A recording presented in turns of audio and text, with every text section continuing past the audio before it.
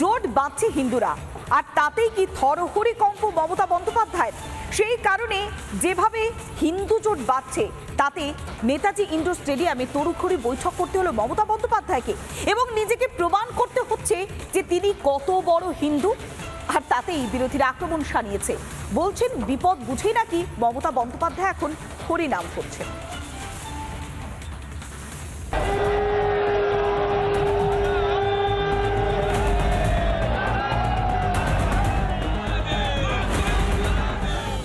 জেগে উঠেছে সনাতনী সমাজ, হিন্দুরা আজ এক কাঠা। মাত্র 5% ভোট এদিক ওদিক হলেই খেলা শেষ। মৌরসী পাট্টা যাবে তৃণমূলের, তাতে যেন ঠকঠক করে কাঁপছে হাঁটু। ভয় থেকেই তাড়াতাড়ি বৈঠক সারলেন মমতা ব্যানার্জি। দলের বড় মেজো সেজো ছোট নেতাদের সামনে খেললেন সেই বহিরাগত তাস। বিবেকানন্দের হিন্দু ধর্মকে ওরা ভুলিয়ে দিচ্ছে, ওরা বহিরাগত হিন্দু ধর্মের নামে হিন্দু ধর্মের বদনাম করছে। মুখ্যমন্ত্রী ভয় পাচ্ছেন এবং এখন তিনি হিন্দু সাজার চেষ্টা করছেন। হিন্দু ঐক্যে তৃণমূল সুপ্রিমো যে কতটা আতঙ্কিত তা ভালো মতো টের পাওয়া গিয়েছে গুরুবারের বৈঠকে, যেখানে তপশিলি জাতির ভোট ব্যাংক নিয়েও সমান চিন্তিত মমতা। তপশিলি জাতিদের ওরা ইলেকশনের সময় ভোট নেয়, আর ভোট নিয়ে যাওয়ার পরে তারা বাবা সাহেব আম্বেদকরের ফটো তুলে দেয়।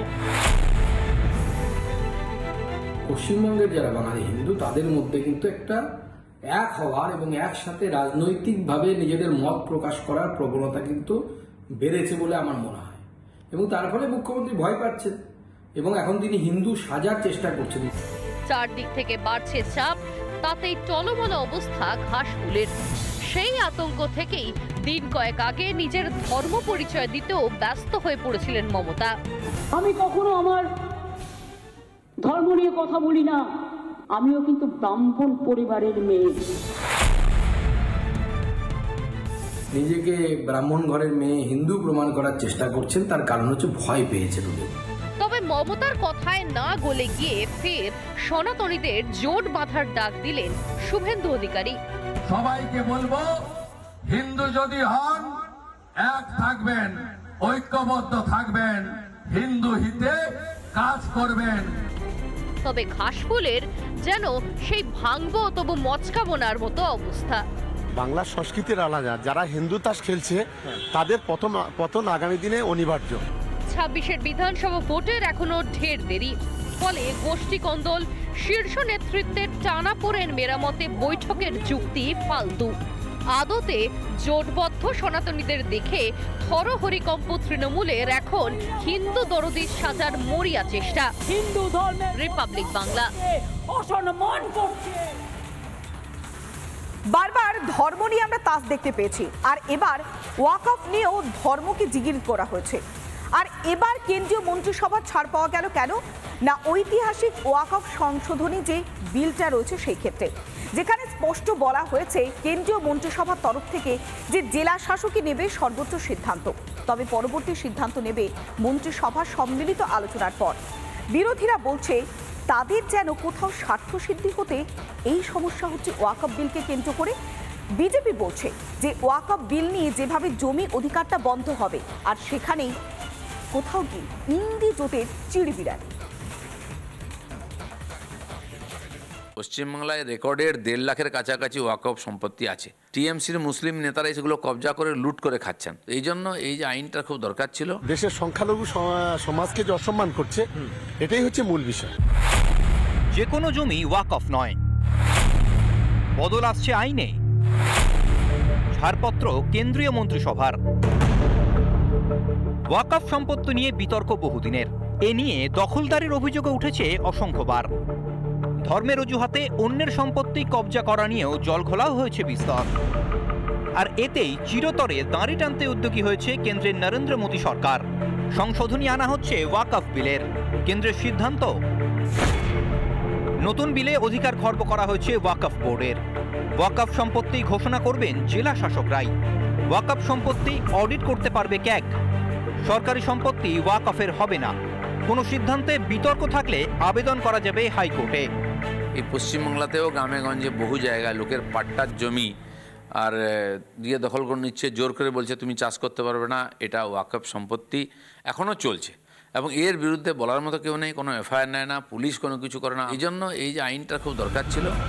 ঐতিহাসিক সিদ্ধান্ত নিয়েছেন নরেন্দ্র মোদী সরকার, যাকে সাধুবাদ দিচ্ছেন সাধু সন্তরাও। ওয়াকফ বোর্ডের কোনো অপশন, কোনো প্রভিকশন তো সংবিধানে নেই। অতএব ওয়াকফ সংশোধনী হওয়া দরকার ছিল। আমরা জানতাম যে ভারতবর্ষতে কখনোই ধর্মকে মুছে ফেলা যাবে না। সনাতনীরা চিরকাল এখানে ছিল এবং চিরকাল এখানে থাকবে। এই পদক্ষেপকে স্বাগত জানাচ্ছি। বন্ধ হতে চলেছে এতদিনের জারিজুরি, খেলা শেষ হবে তোষণের রাজনীতিরও। আর এতেই গায়ে জ্বালা ধরেছে ইন্ডির। ওয়াকফ সম্পত্তি, মন্দির সম্পত্তি এবং হিন্দু আনডিভাইডেড ফ্যামিলির সম্পত্তি সমস্তকে ভেস্ট করে দেয়া হোক, তবেই বুঝবো এই সরকার যথার্থভাবে সরকার পরিচালনা করছে। কেন্দ্রের অপদার্থ সরকার যে বাংলার দেশের সংখ্যালঘু সমাজকে যে অসম্মান করছে, এটাই হচ্ছে মূল বিষয়। এতদিন ওয়াকফের নামে চলত জুলুমবাজি, মৌলবাদীদের কাছে এটাই ছিল জমি জিহাদের হাতিয়ার। ভোটের টানে তাতে তোল্লাইও দিত ধান্দাবাজ রাজনৈতিক দলগুলো। এবার ঢিল পড়েছে মৌচাকে। বিধানসভা ভোটের আগে তাতেই ত্রাহি ত্রাহি অবস্থা ইন্ডি জোটের। রিপাবলিক বাংলা। ওয়াকফ নিয়ে যেভাবে জোর জুলুমবাজি চলতো, সেখানে স্বার্থ সিদ্ধিটা বন্ধ হতে গিয়ে এত কষ্ট হচ্ছে ইন্ডি জোটের। ঠিক কি কি বদল আসছে একবার দেখাই আপনাদেরকে। ওয়াকফে ঐতিহাসিক বদল, অধিকার খর্ব ওয়াকফ বোর্ডের। কেন্দ্রীয় মন্ত্রিসভার ছাড়পত্র পাওয়া গিয়েছে, যেখানে ঐতিহাসিক বদল আসছে। ওয়াকফ সম্পত্তি ঘোষণা করবেন একমাত্র জেলা শাসকরা, অর্থাৎ কোন সম্পত্তি ওয়াকফ সম্পত্তি তার সিদ্ধান্ত নেবেন জেলা শাসকরা। ওয়াকফ সম্পত্তি অডিট করতে পারবে ক্যাগ, অর্থাৎ সবার কাছে ধারণাটা স্বচ্ছ হয়ে যাবে। সরকারি সম্পত্তি ওয়াকফের হবে না, অর্থাৎ কোনো সরকারি সম্পত্তিকে ওয়াকফ বলতে পারে না, এগুলো তাদের সম্পত্তি। সিদ্ধান্তে যদি কোনো বিতর্ক তৈরি হয়, সেই সিদ্ধান্তে বিতর্ক থাকলে হাইকোর্টে আবেদন জানানো যাবে। অর্থাৎ কেন্দ্রীয় মন্ত্রিসভার যে ছাড়পত্র, সেখানে একাধিক বিষয় তুলে ধরা হয়েছে। অর্থাৎ সিদ্ধান্তে যদি কোনো বিতর্ক থাকে, তখন কিন্তু হাইকোর্টে আবেদন করা যাবে। আর তাতেই, অর্থাৎ এই স্বচ্ছতাতেই যেন ইন্ডি জোটের খানিকটা হলেও মন খারাপ হচ্ছে। একের পর এক প্রশ্ন উঠে আসছে।